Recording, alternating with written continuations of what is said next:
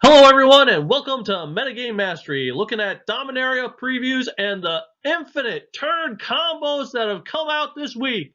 If you enjoy our content, please remember to like, share, and subscribe. Without further ado, big time! Go time! Let's go! First up, we have Karn's Temporal Sun. It's 6 CMC, 4 colorless blue for a legendary sorcery. Legendary sorceries mean that you need to have a legendary creature or planeswalker in play in order to cast this spell. Target player takes an extra turn after this one, return up to 1 target non-land permanent to its owner's hand, exile Karn's Temporal Sun. This card is awesome. Yes, we already have cards like Part the Water Veil that don't require you to already have a legendary creature in play for the same CMC, etc., etc. Why does this card stand out? Because the return up to 1 target non-land permanent to its owner's hand can target your own. A great example is Dualcaster Mage is 3 CMC, 1 colorless, red for a 2/2 human wizard with flash. When Dualcaster Mage enters the battlefield, copy target instant or sorcery spell. You may choose new targets for that copy. So you have the legendary in play, you cast your Karn's Temporal Sun, you copy it with Dualcaster Mage, and then use the copy to bounce Dualcaster Mage back to your hand. Then you play Dualcaster Mage again, copying the original one, and let the other one resolve. You can get infinite turn triggers off of this as long as you have enough mana to keep casting Dualcaster Mage. Of course, there are a variety of ways to do that. A good example is Olerud is 4 CMC, 2 colorless, green enchantment. Any player may play creature cards with converted mana cost 3 or less without paying their mana cost as though they had flash. This would allow you to just repeatedly play your Dualcaster Mage without ever having to spend mana on it. Infinite turns, awesome.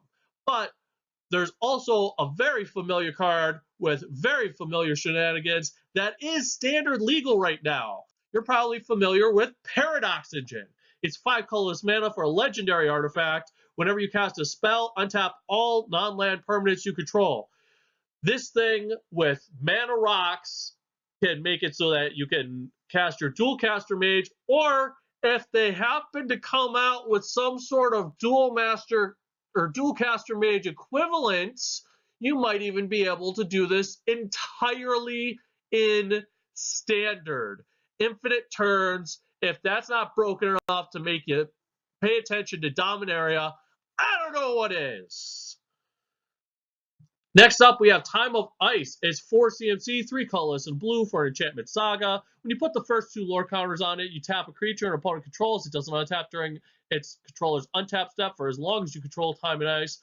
And then when you put the third lore counter on it, return all tapped creatures to their owner's hands. So it is something you can play around. You do get the double freeze. So this will be great in drafts. I don't think it's the most powerful saga. I think it's got awesome art, though. I love the tapestry style art they're doing on a lot of these sagas. I'm really warming up to this card design overall. We also have Power Stone Shard. It's 3 colorless mana for an artifact. You can tap it to add 1 colorless mana for each artifact you control named Power Stone Shard. I mentioned before that we're going to need some mana rocks. This is a very good start. And our last preview card of the day is the Murari Conjecture, possibly the most powerful card we're looking at. It's 5 CMC, 4 colorless, and a blue enchantment saga. When you put the first lore counter on it, you return target instant card from your graveyard to your hand, immediately replacing itself. And then if you could put the second lore counter on it, it becomes a 2-for-1 because you get to return target sorcery card from your graveyard to your hand. And then the third counter, until end of turn, whenever you cast an instant or sorcery spell, copy it. You may choose new targets for the copy. That's a very powerful ultimate. That's not even what makes this card so broken. What makes this card broken is Time Warp. That's right, it's the same CMC. This time it's 3 colorless, blue for a sorcery. Target player takes an extra turn after this one. So you play Murari Conjecture 1 turn. Next turn, you put the second lore counter on it, and you cast Time Warp. Now, you also have to have some way of removing that counter every single turn so that you can continuously put that second lore counter on it every single turn, getting your time warp back and never running out of extra turns. A perfect example of that is Josiah, Heart of Oceans. 4 CMC, 2 colors, blue, blue, for a 4/4 legendary spirit with flying at the beginning of your upkeep. Sacrifice him unless you remove a counter from a permanent you control. This guy is sick with sagas, allowing you to just continuously remove those lore counters so that you can add a second one every single turn. And in doing so, and this costs no additional mana to do every single turn.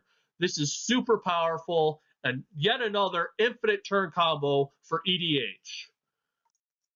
If you enjoy our content, please remember to like, share, and subscribe. This has been Metagame Mastery. Peace!